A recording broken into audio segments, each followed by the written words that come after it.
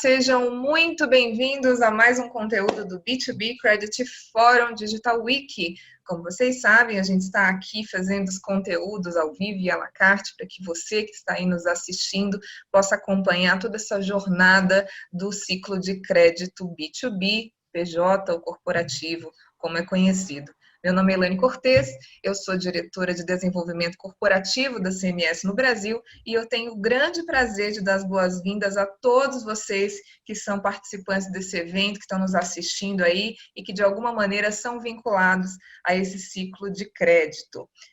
Nós temos então esse jogo de conteúdos, onde a gente faz os conteúdos ao vivo e à la carte, e são conteúdos extremamente importantes que complementam essa discussão que nós estamos realizando durante esse evento. Então, hoje, para complementar todo esse contexto que nós estamos realizando no B2B, nós vamos falar um pouco sobre o tema da agenda voltado para como que a inteligência artificial, a inteligência de dados e a inteligência, obviamente, das relações são importantes para complementar e chegar aos resultados no ciclo de crédito B2B. Por isso eu converso, hoje tenho o prazer de convocar o Breno Costa, diretor de produtos de sucesso do cliente da Neurotech, que é uma das empresas mais importantes hoje no Brasil, vinculadas a esse segmento de inteligência artificial e de inteligência de dados. Breno, muito obrigada por você estar com a gente hoje no evento. Muito obrigada, seja bem-vindo.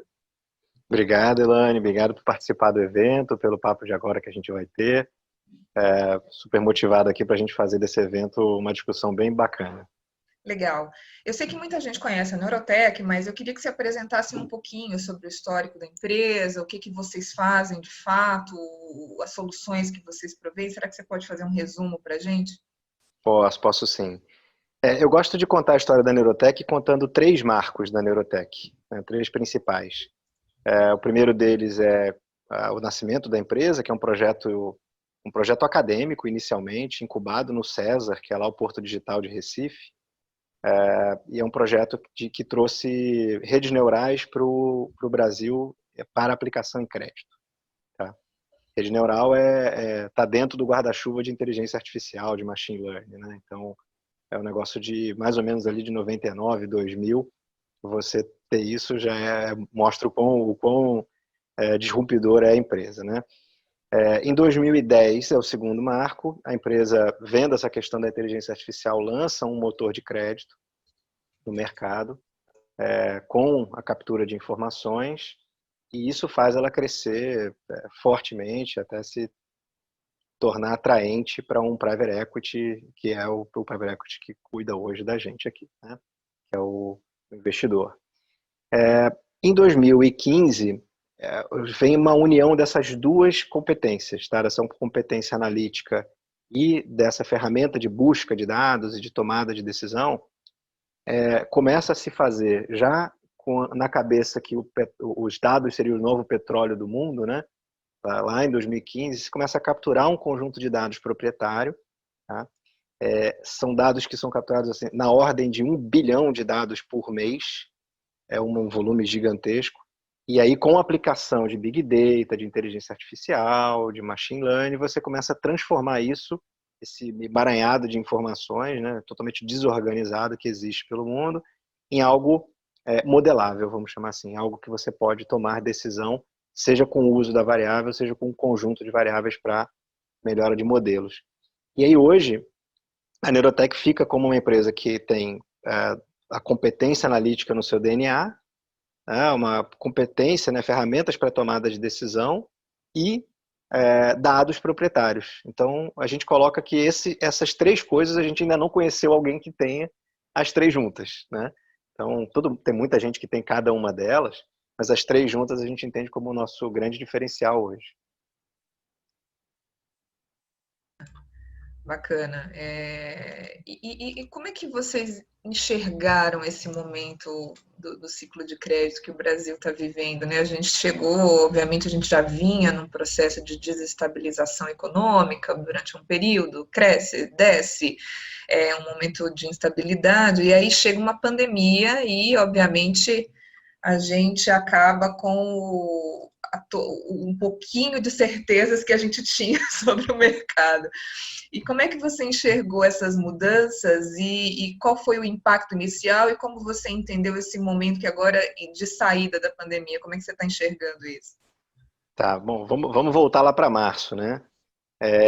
Março que você conversava com qualquer um e falava, cara, não tenho ideia do que acontecerá em abril, né? E o que está acontecendo com o mundo, né?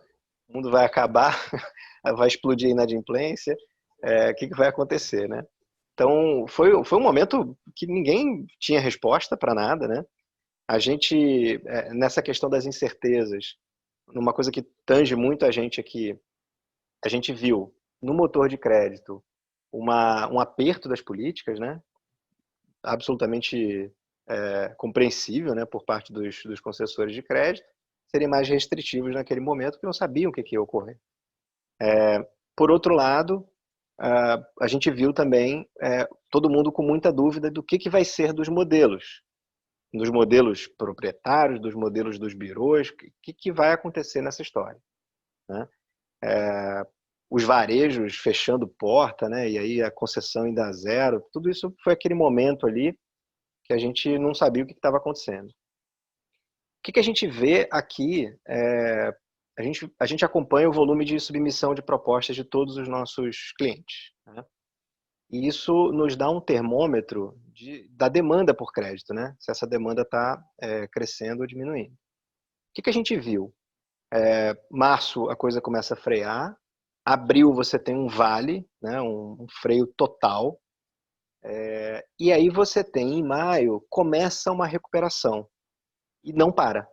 Até agora, não teve um mês que não melhorou de forma significativa. 2 dígitos de melhora, pelo menos, tá? Fazendo a variação percentual, em cada um desses meses aí de junho, julho, agosto e setembro, já pegamos a prévia, já está bem mais alto também. Então, deu para ver isso. Além disso, as políticas começaram a ser abertas também, né? Então, dá uma sensação de que já passou, tá? Do ponto de vista do nosso mercado de crédito, né? A gente sabe que ainda não, temos que sair de máscara, ainda tem um monte de questões, né? Mas eu já vejo o mercado hoje muito mais próximo do que estava pré-pandemia do que no momento, tá?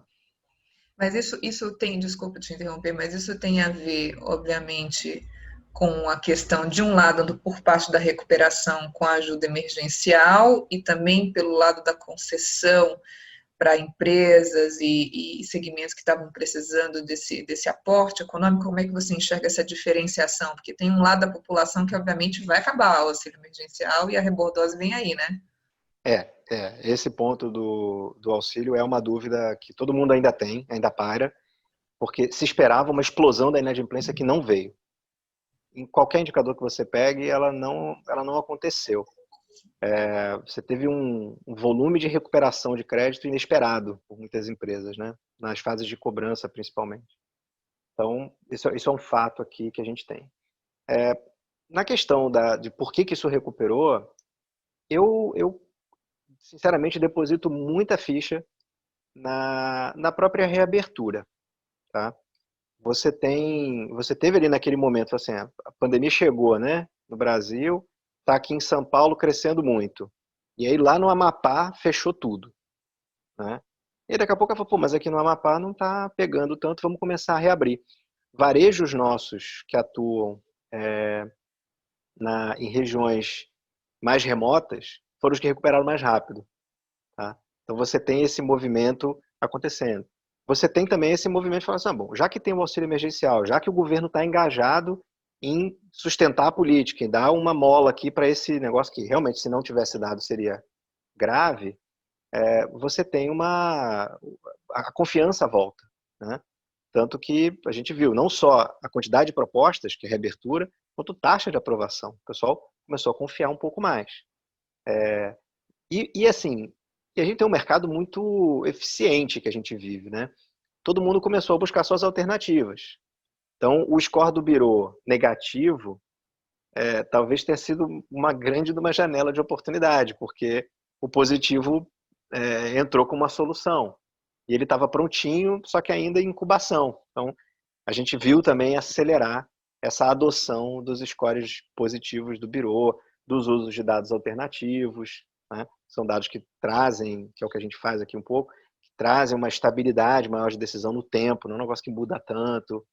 Então, acho que a gente tá num cenário, vou falar um pouquinho mais na frente, assim, acho que a gente já recuperou um pouco do que passou lá atrás, com essa vírgula aí do auxílio emergencial, como é que esse cara vai se comportar quando ele sair.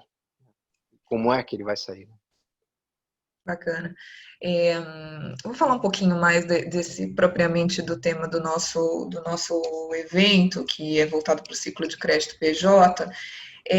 A gente entende uma diferenciação abismal, assim, se a gente for notar os negócios das empresas entre o crédito B2C, o crédito B2B, obviamente, ou B2B2B, sabe, ou B2B2C, porque, inclusive, é o que motivou a gente a ter essa diferenciação, né, entre o evento que a gente já fazia, o maior, para o crédito B2B, porque a gente entende que tem um universo aí de empresas, indústrias que estão no ciclo de crédito, obviamente, porque vendem a prazo, porque entregam produtos para cobrar depois, né? Porque produzem em função de uma demanda do varejo, obviamente, e que distribuem isso e precisam ser profissionalizados e super profissionais nesse segmento. E o crédito, até bem pouco tempo atrás, eu acho que essa realidade vem mudando, mas bem espaçada, faz e sempre fez parte do negócio da empresa, mas não no core business inicial. Ele é parte de um equilíbrio financeiro dentro dessas empresas, mas ele não, o ciclo de crédito, eu falo do concessão e da cobrança, né? Mas ele não é exatamente o core business dessas indústrias e dessas empresas, mas ele funciona como um ponto de equilíbrio, como em qualquer outro segmento, diferentemente de um banco, onde o crédito faz parte do negócio fundamental dessas empresas. Como é que você enxerga a busca hoje, tanto pela profissionalização, e isso impacta também na busca de soluções de crédito PJ por essas empresas e por esse segmento? Como é que você vem enxergando essa mudança nesse contexto do PJ para indústrias e empresas? Não, é muito, muito interessante esse movimento, né? Existe uma questão em tecnologia, né? Que a tecnologia ela tende sempre a se democratizar, né? Então, quem lembra de celular em 94, eu lembro que foi a primeira vez que eu encostei no celular, era um negócio para pouquíssimas pessoas, né? E hoje é um negócio para todo mundo. Peguei um exemplo aqui do nosso cotidiano, mas onde é que eu estou querendo chegar com isso? As soluções que existem no mercado hoje possibilitaram uma indústria que não é o core aglutinarem soluções e montarem uma entrega para a sua cadeia. E isso é um negócio que a gente tem visto aqui. Tem muita gente procurando a gente nesse sentido. Não vou nominar aqui por questões de NDA, mas é gente que está nitidamente e declaradamente, assim, eu vou explorar a minha cadeia. Então é uma grande indústria, então, assim, eu tenho um pequeno cara, eu tenho um outro que me fornece, eu quero dar crédito para todo mundo que está aqui e isso alavancar o meu negócio. Quando você tinha movimentos anteriores, né, como é que você bota uma ferramenta dessa pronta, né? Como é que você busca conhecimento no mercado para fazer isso? Que tipo de score que você vai usar? Né? Como é que você aglutina esse cadastro? Isso tudo era muito difícil, particular para um banco grande e tudo mais. Isso hoje você pega uma empresa de caixa d'água, ela pode montar uma estrutura de crédito, né? E vai ter muita gente para ela fazer, né? Pequeno varejista e tudo mais que ela pode entregar, prazo. Então, você tem claramente esse movimento ocorrendo no mercado, sim. E assim, é um negócio super interessante porque eu estou no mercado de crédito há 20 anos. E assim, há 20 anos que 85% do mercado está na mão dos grandes bancos.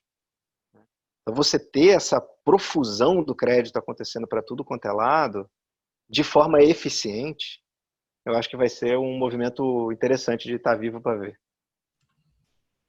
Bacana.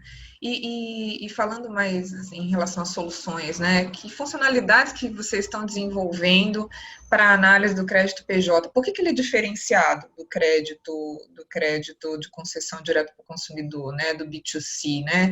Quais informações são relevantes considerando essa característica, essa particularidade do PJ? É assim, você tem as particularidades, como você comentou, você tem um acesso, dependendo do nível do PJ, um acesso um pouco mais estruturado a informações, né? Então isso é um ponto interessante. Muita decisão você já pode tomar a partir dali. Mas a gente tem trabalhado numa questão aqui que tem dado muito certo, que é o movimento baseado no CNPJ, descobrir os sócios, que isso é ok de ser feito. E uma vez com os sócios na mão, você puxar todo o book de variáveis pessoa física. E isso tem sido um diferencial, né? Além de você olhar questões de restritivo, saúde da empresa e tudo mais, você ter a questão em CNPJ, né, que é você tem pouco crédito novo, né? O crédito tende a ser um crédito recorrente, né? Também. Tudo isso tem muita informação aqui. Mas na hora que você busca essa informação do sócio, falando tecnicamente, né, do famoso KS dos modelos e tal, você ganha deltas ali de algumas unidades, não é de uma ou duas, não, de algumas unidades, quando você traz essa informação. E aí a gente precisa ter em mente também, nessa abordagem estatística, que ela é inversamente proporcional ao tamanho da empresa, né? Então, se eu estou falando aqui do famoso PJ, a estatística ela é predominante, da mesma forma que ela é lá para o crédito pessoa física. Conforme você vai andando na direção do lado enterprise, tá, a estatística ela não faz o menor sentido, né, num cliente enorme. Tá? Tô falando do enorme, tá? Então, quando você está ali no middle e tal, ela é uma boa informação, um bom auxílio. Também. Então, essa é uma diferenciação importante da PJ também para ser feito. Né? A gente não pode tratar o PJ de uma maneira única. Genérica. Claro, perfeito. É, e como é que vocês, assim, acho que um dos grandes desafios aí da questão do PJ é uma necessidade constante de customização. Eu acho que é um grande temor também, acho que do PJ quando vai terceirizar algumas coisas, é justamente perder essa customização que ele necessita, porque a carteira de clientes dele basicamente é uma carteira essencial no seu modelo de negócio, na sua distribuição, são outras grandes empresas ou pequenas empresas que precisam estar com ele nessa cadeia. E a automação geralmente faz isso virar um número, né? E não rostos. Então, como é que você enxerga essa necessidade de equilibrar e que tipo de solução, que tipo de pensamento vocês têm na Neurotech em relação a essa necessidade de automatização, mas ao mesmo tempo uma customização, sem perder essa característica da customização, né? Da personalização. Não, perfeito.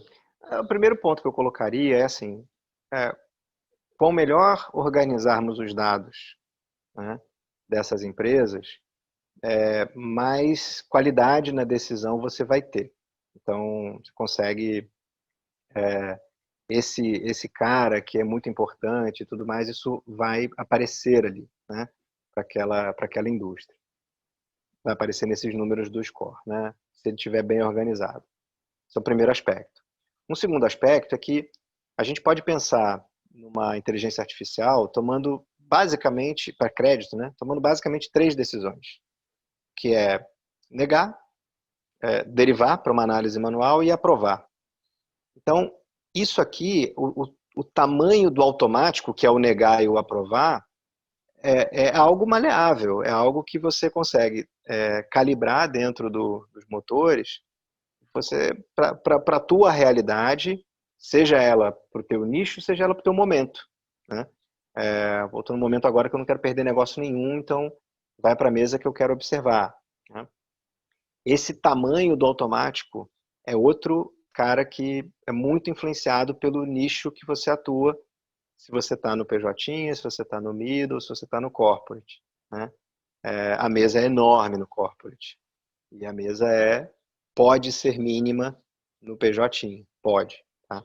Eu diria que juntar essas duas questões de você ter bons dados capturados dentro de casa e mais essa ciência de que eu vou tomar a decisão, com certeza negar, com certeza aprovar, e o que eu tiver em dúvida, eu derivo. Uhum. Você estava citando a questão aí da empresa de caixa d'água, e isso é importante citar, porque a gente tem uma ideia, pelo menos o senso comum, de que inteligência artificial é para os grandes, né? É aquela coisa de que é para quem tem muito dado, é para quem tem muita grana, inclusive porque pode ser caro, né? Na medida da necessidade. E aí eu queria te fazer uma pergunta. Você acha que com o momento que a gente está hoje, inteligência artificial é para todo mundo?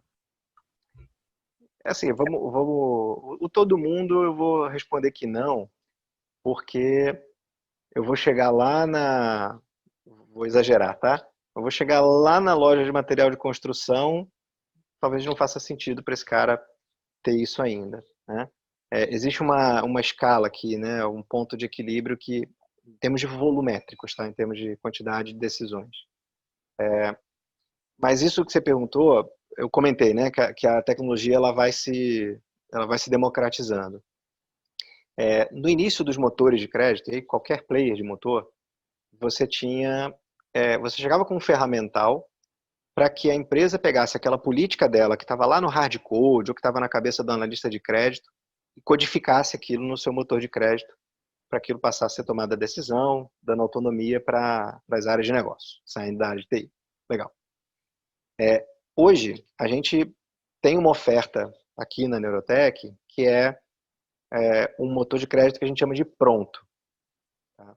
Então, o que acontece quando você tem esse cara que não é o pronto? Que você vai fazer toda a política que está na cabeça da pessoa lá.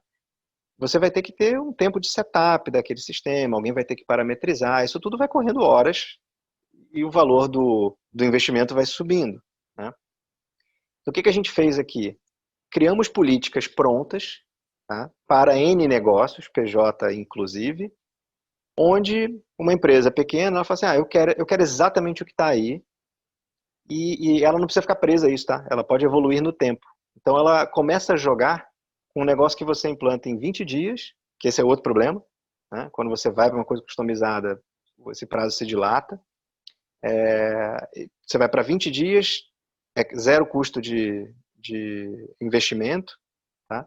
E uma recorrência normal, tá? Que aí está aderente aos negócios. Então, nessa ótica, você pega uma política pronta que faz todos os tipos de consulta, baseado na experiência que a gente já tem aqui, e evolui ela com a tua necessidade. Então, nessa ótica, você olha, é pronto para bastante gente, né? É acessível para bastante níveis. Legal. Você tem como exemplificar isso? Quer dizer, para quem está nos assistindo e é uma média, pequena empresa, e fala assim, será que é para mim? Assim, você tem como dar um exemplo de dizer isso dá certo? O que que muda no meu manual, na minha análise? Às vezes eu sou dona de uma empresa e só tenho um financeiro. O que que eu posso fazer para melhorar minha performance? O quanto isso pode fazer crescer o meu negócio? Assim, você... Vou dar o exemplo da decisão de crédito, depois vamos... Quer dizer, vamos começar para essa questão de crescer o negócio, né? Quando você mesma citou aí, Elaine, a questão de você ter conhecimento do teu cliente, né, esse olho no olho que você já tem dele ali, que se você tiver um banco, um player, isso é distante, isso é um número, vai estar num erro geral que você vai acabar caindo. Então você tem essa possibilidade de ter tua decisão proprietária. Né? Quando você parte para ter essa decisão proprietária, vamos imaginar que você, invariavelmente aqui, você vai precisar de um banco de dados para você me dizer, assim, ó, esses 1000 caras aqui, eu confio neles, por qualquer razão que seja. Isso é uma base interna. Quando você vem para essa política pronta, aliás, quero colocar agora no motor de crédito tomar uma decisão automatizada. Tá, começa a virar um projeto eu vou fazer uma RFP, pensar em várias empresas, eu vou ter que desenhar uma política de crédito. Epa, peraí, mas eu tenho só um financeiro, como é que eu desenho uma política de crédito? Né? Eu vou ter que, depois especificar isso, pagar um setup alto para entrar no processo depois. Quando a gente fala do pronto, esse setup inicial, tanto de você ter que ter alguém pensando numa política de crédito, tá vencido, e você não tem esse investimento todo inicial. Essa base de dados que está lá, a tua proprietária, já está desenhado para se plugar ela. Então, esse conhecimento do teu negócio já entra aqui plugado. Toda a política de crédito que a gente faz não é caixa preta, ela está 100% aberta. E aí a pessoa vai poder olhar e falar assim, não, mas eu não quero que execute tal função. Isso pode ser desligado. Né? Eu quero ser mais conservador no início. Isso pode ser parametrizado. Não tem problema. Então, nesse sentido, você sai jogando muito rápido, sem ter que ter necessariamente o conhecimento de crédito. Que esse é um conhecimento que ainda não se difundiu, ainda não tem uma universidade de crédito, né? É só quem viveu esse negócio que consegue fazer. Respondi um pouquinho mais longo aqui, mas acho que é isso. Não, é isso mesmo, perfeito. E aí, falando um pouquinho da experiência do cliente, assim, eu acho que Customer Experience, User Experience, são as expressões do momento e as preocupações, acho que as fintechs vieram aí para nos abrir um pouco a mente em relação a isso.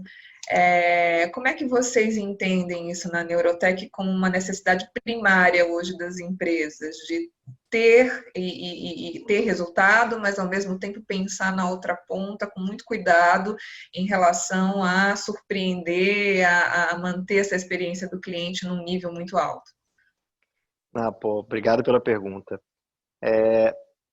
Você começou me apresentando como diretor de produtos e sucesso do cliente, né? Só que assim, o meu título, eu também tenho o comercial, tá? Comigo. Só que eu não quis colocar o comercial no meu título deliberadamente, porque eu vou alcançar as metas comerciais através do sucesso do cliente, seja ele um prospect, seja ele um cliente. Essa é a filosofia que a gente está atuando. Aí, a nossa crença aqui, nessa questão, é que a tecnologia ela vai se democratizando e ela vai se comoditizando. Consequentemente, você precisa, para diferencial, ter uma camada de serviço em cima disso. Né? Então, quando a gente fala, por exemplo, de ter uma solução pronta, eu estou entregando um serviço aqui. São anos de experiência aplicados ali. Né? Quando você pega e vai tratar de um modelo ou de uma nova informação, as nossas informações a gente não entrega elas. Toma, tá aqui o meu book, modela, se ficar bom, você me chama que a gente implanta. A gente modela junto com o cliente, a gente quer saber aonde que ele quer chegar, o que é importante para ele naquele momento.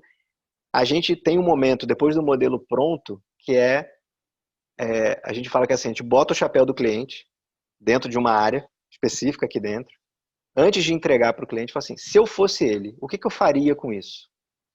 Então a gente chega com o modelo com ideias de aplicação, com soluções para debate, que podem dar certo, pode não dar errado o que a gente está falando, a gente não é dono da verdade nenhuma, mas a gente entende isso como uma entrega muito mais interessante. Né?